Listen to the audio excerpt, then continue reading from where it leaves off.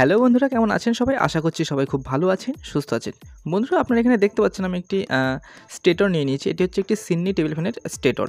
তো এই সিন্নি টেবিল ফ্যানের স্টেটর কীভাবে রিওয়াইন্ডিং করবেন সেটাই দেখবো আজকে ভিডিওতে সম্পূর্ণ তথ্যের সাহায্যে। তো সম্পূর্ণ ভিডিওটি আপনারা দেখতে থাকুন, শেষ পর্যন্ত আপনারা বিষয়টি বুঝতে পারবেন।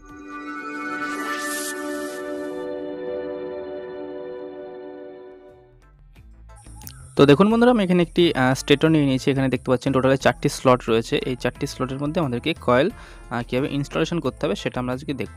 বন্ধুরা, এখানে দেখতে পাচ্ছেন আপনারা টোটালি 4টি পাত দেখতে পাচ্ছেন, তামার পাত। এই 4টি পাতের কী কাজ আমি আপনাকে একটু বলে দিই।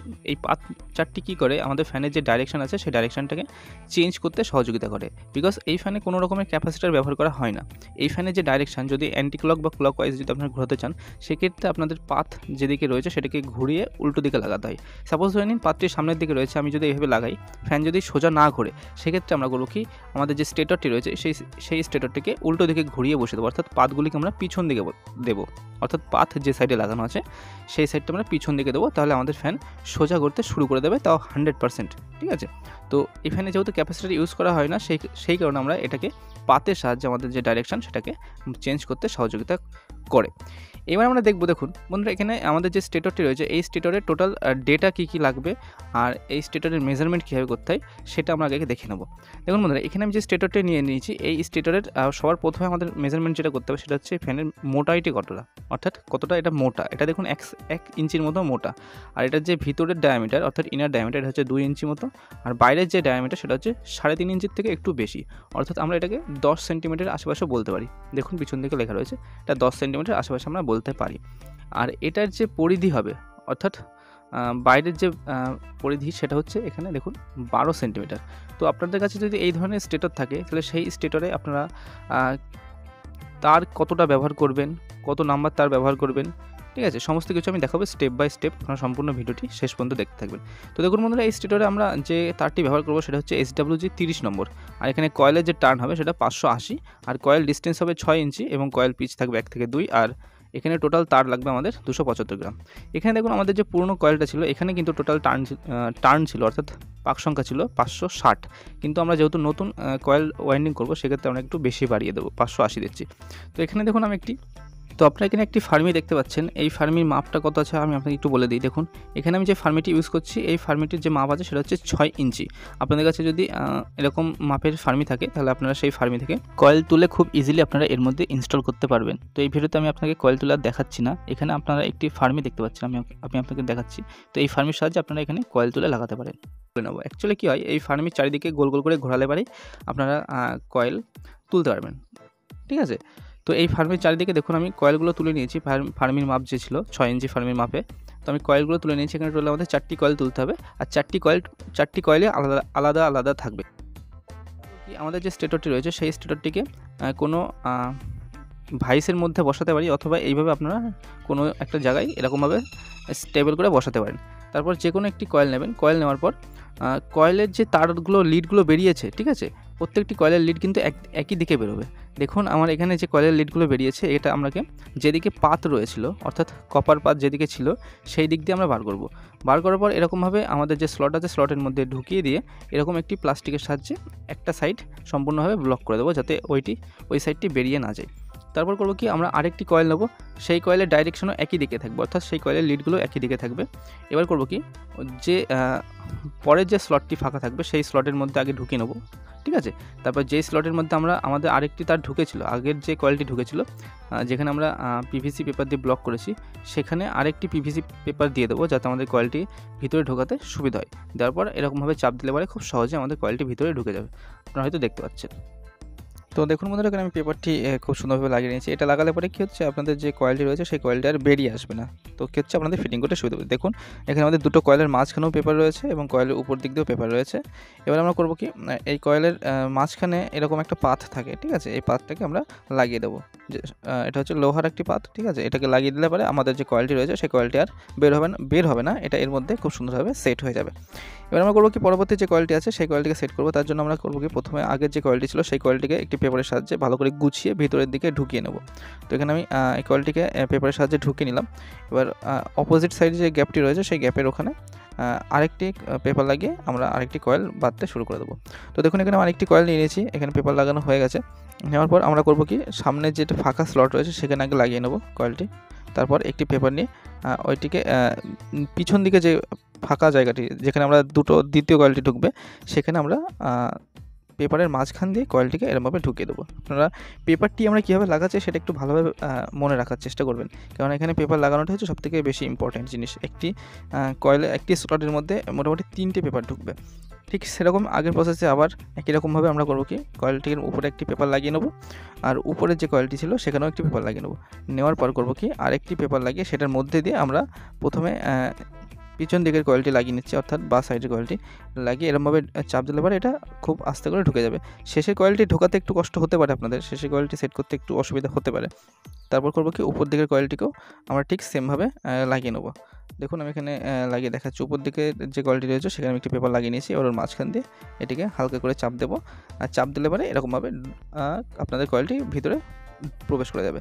বন্ধুরা আমি আপনাদেরকে বলে রাখি, এখানে আমি 4টে স্লট যেহেতু রয়েছে এখানে একটু ইজি মনে হচ্ছে আপনাদের, কিন্তু যদি আপনাদের কাছে 8টি স্লটেরও এরকম কোনো স্টেটর থাকে সেখানে আপনারা একই রকমভাবে কাজটি করতে পারবেন। তো দেখুন আমাদের এই সাইডটাতে কিন্তু কোনো লিড বেরোয়নি, কিন্তু অপোজিট সাইড দিয়ে আমাদের সমস্ত লিডগুলো বেরিয়েছে, আর আমাদের কয়েল খুব সুন্দরভাবে এর মধ্যে সেট হয়ে গেছে। এবার বন্ধুরা আমরা করবো কি, আমাদের যে কয়েলটি এখানে রয়েছে এই কয়েলটিকে খুব সুন্দরভাবে গুছিয়ে বাঁধতে হবে। আমাদের যে কয়েল বাঁধা যে দড়ি হয় সেই দড়ি দিয়ে আমাদের এই কয়েলটিকে খুব সুন্দরভাবে বাঁধতে হবে। তো বাঁধার জন্য আমরা এরকম একটি তামার তারকে সুচ হিসেবে ব্যবহার করব। তারপর আমাদের যে ধাগা থাকে অর্থাৎ দড়ি থাকে সেটা দিয়ে কয়েলটিকে খুব সুন্দরভাবে বেঁধে নেবো, যাতে আমাদের কয়েলটি বেরিয়ে না যায়। তো এক সাইডে আমাদের কয়েল বাঁধা হয়ে গেছে, এবার অপোজিট সাইড যেটি রয়েছে সেই সাইডে কিন্তু কয়েল বাঁধা হয়নি। আপনারা এখানে দেখতে পাচ্ছেন আমাদের কয়েলটি বাঁধা হয়ে গেছে। মাঝখানে যে ছিদ্রটি রয়েছে সেটার ভিতরে যেন কয়েল না যায়, এটা মাথায় রাখবেন। এবার আমাদের অপোজিট সাইডে দেখুন প্রত্যেকটা কয়েল থেকে 2টি করে তার বেরিয়েছে। এবার এই তারগুলি কানেকশন আমরা কীভাবে করব সেটাই আমরা দেখে নেব একবার। তো দেখুন বন্ধুরা এখানে আমাদের টোটালে 4টি কয়েল আছে, তার 4টি কয়েল থেকে 8খানা লিড বেরিয়েছে। এবার এই 8টা লিডকে আমরা কীভাবে কানেকশন করব এটা একটু দেখে নেব। তো দেখুন আমি যে কোনো একটি কয়েল নেবো, যে কোনো একটি কয়েল আপনারা নিতে পারেন। নেওয়ার পর সেই কয়েলের যে 2টো তার থাকবে, ঠিক আছে, একটি থাকবে ডান দিকে একটি থাকবে বাঁ দিকে। এবার আমরা করবো কি, বাঁ দিকের তারটা অথবা ডান দিকের তারটা যে কোনো এক সাইড দিয়ে আপনারা শুরু করতে পারেন। তো আমি এখানে ডান দিকে যে তারটি নিলাম সেই তারটিকে সেই কয়েলের ডান সাইডে থাকা যে কয়েলটি থাকবে সেই কয়েলেও 2টো তার থাকবে, সেখানেও একটি ডান দিকে তার থাকবে বাঁ দিকে থাকবে। তো আমরা করবো কি, সেই কয়েলের ডান সাইডের তার অর্থাৎ প্রথম যে কয়েলটি রয়েছে সেই কয়েলের ডান সাইডের তার এবং তার পাশে থাকা যে কয়েলটি থাকবে সেটাও ডান সাইডের তার, দুটোকে নিয়ে একসাথে যুক্ত করে দেবো। বুঝতে পারলেন? ঠিক সেরকমভাবেই আমরা পরের যে কয়েলটি থাকবে সেই কয়েলটির দেখুন এখানে ডান দিকের যে কয়েলটি ছিল সেখানে একটি তার ফাঁকা রয়ে গেছে যেটি বাঁ দিকে ছিল, ঠিক আছে, অর্থাৎ ডান দিকের কয়েলের বাঁ দিকের তারটি ফাঁকা রয়ে গেছে।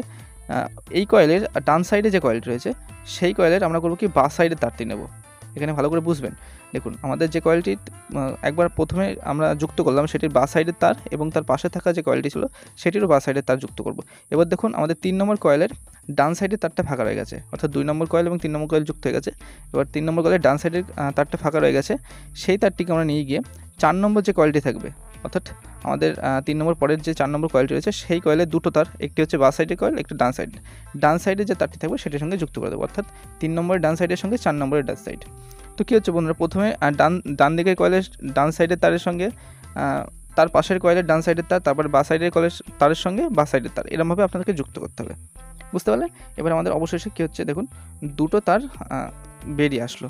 এবার এই তার দুটোর সঙ্গে আমাদের কানেকশান সাপ্লাই দিতে হবে। এখানে যেহেতু কোনো ক্যাপাসিটি কানেকশান হয় না, এটা ডাইরেক্ট যে স্টেটর রয়েছে সেই স্টেটরের ডাইরেক্ট এটা কানেকশান করতে হবে। তো এখানে যে 2টো তার বেরিয়েছে এই 2টো তারের সঙ্গে আমাদেরকে সাপ্লাই যুক্ত করতে হবে। দেখুন একটি তার হচ্ছে আমাদের কয়েলের বাঁ সাইড থেকে বেরোবে, পরের যে তারটি অর্থাৎ ডান সাইডের তার ওটাও বাঁ সাইড থেকে বেরিয়েছে। তো আপনারা বুঝতে পারলেন কানেকশন খুবই সহজ, একবার দেখলে পরে আপনারা বুঝতে পারবেন। তো আমরা করবো কি, এই কানেকশানের মধ্যে এবার যে লিডটা বেরিয়েছে বা বেরোলো আমাদের শেষে সেটার মধ্যে একটা স্লিপ লাগিয়ে নিয়ে কয়েলের ভিতর পর্যন্ত একটু ঢুকিয়ে দেবো। দেওয়ার পর আমরা করবো কি, এটার সঙ্গে আমরা নতুন একটি তার যুক্ত করে লিডটিকে বার করে নেবো। তো আমি কি হচ্ছে এখানে স্লিপ লাগিয়ে দেখুন সম্পূর্ণ কানেকশানটি আপনাকে দেখাচ্ছি। এখানে আমি 2টো তার নিয়েছি, এবার প্রত্যেকটি কয়েল যেখানে জয়েন্ট ছিল সেগুলোতে স্লিপ লাগিয়ে খুব ভালোভাবে বেঁধে নিয়েছি। এবার আমাদের যে তার রয়েছে সেই তার দুটিকে নিয়ে এটাকে আমাদের যে SWG তার ছিল সেটার ইনসুলেশন বার করে নিয়ে আমাদের এই তারের সঙ্গে যুক্ত করব। ঠিক আছে, এটা হচ্ছে মেন সাপ্লাই। এখানে কিন্তু কোনো ক্যাপাসিটি কানেকশন হয় না, আমি আপনাদেরকে আবারও বলছি এখানে কোনো ক্যাপাসিটি কানেকশন হয় না, এটা সরাসরি ডাইরেক্ট লাইনে দিলে পরে আমাদের ফ্যান চলতে শুরু করবে। তো এখানে কি হচ্ছে, আমি দুটো সাপ্লাই তার নিয়ে এসে এর সাথে কানেক্ট করে দিয়েছি। আপনারা চাইলে পরে এই সাপ্লাই তার দুটোকে পরে রেগুলেটরের সঙ্গেও কানেকশন করতে পারেন। দেখুন এখানে আমি আপনাদেরকে পরিষ্কারভাবে দেখাচ্ছি। আমাদের সমস্ত সাপ্লাই কানেকশন হয়ে গেছে, তারপর আমি বেঁধে নিয়েছি, সম্পূর্ণ সুন্দরভাবে দড়ি দিয়ে বেঁধে নেবো। এটা লিডটা কিন্তু লাগানো খুব জরুরি, আর লিডটা একটু ভিতরের দিকে দেবেন। এবার সম্পূর্ণ বাঁধা হয়ে যাওয়ার পর আমাদেরকে একটু তারপিন তেল দিয়ে আমাদের যে কয়েলটি রয়েছে সেই কয়েলটিকে বার্নিশ করে নিতে হবে। তো এখানে আমি তারপিন তেল লাগিয়ে কয়েলটিকে বার্নিশ করে নেব।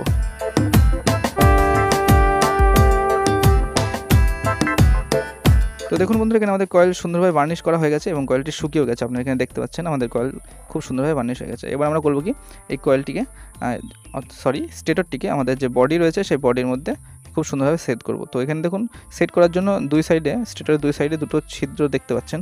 তো এটাকে আমাদের যে বডি আছে সেই বডির যে মানে যেখানে রাখার জায়গা অ্যাকচুয়ালি, সেখানে আমাদেরকে সুন্দরভাবে সেট করে বসিয়ে নিতে হবে, অর্থাৎ খাজে খাজে মিলিয়ে দিয়ে আমাদের বডিটিকে সুন্দরভাবে বসিয়ে নিতে হবে। এবার বসানোর পর করবো কি, আমাদের এটার যে ফ্যানটি রয়েছে সেই ফ্যানটিকে সম্পূর্ণভাবে কানেকশন করে নেবো। তো আমার ফ্যানটি সম্পূর্ণভাবে সেট করা হয়ে গেছে। আমি এখানে রোটর স্টেটর সব কানেকশন করে নিয়েছি। আপনারা খোলার সময় দেখে রাখবেন কীভাবে কানেকশন করা ছিল, ঠিক সেই রকমভাবেই কানেকশন করে নেবেন। তো এখানে দেখুন আমি সাপ্লাই লাগিয়ে আপনাকে দেখাচ্ছি যে আমার ফ্যানটি ঠিকঠাকভাবে ঘুরছে নাকি। তো দেখুন এখানে সাপ্লাই দিয়ে দিয়েছে, আমাদের ফ্যান কিন্তু ঘুরতে শুরু করে দিয়েছে। আপনি এখানে দেখতে পাচ্ছেন, দেখুন ফ্যানটির গতি যথেষ্ট রয়েছে এবং ফ্যানটি ঘুরছে একদম সঠিকভাবে সোজা দিকে। আপনারা এখানে দেখতে পাচ্ছেন হয়তো, দেখুন ফ্যানটিকে আমি ধরে রাখতে পারছি না, ফ্যানটি কিন্তু একদম সোজা দিকে ঘুরছে, আমাদের কানেকশন একদম সঠিক হয়েছে। যদি আপনার এক্ষেত্রে আপনার ফ্যান উল্টো ঘুরতো, সেক্ষেত্রে আপনারা করতেন কি, স্টেটরটিকে খুলে আবার উল্টো দিকে লাগাতেন।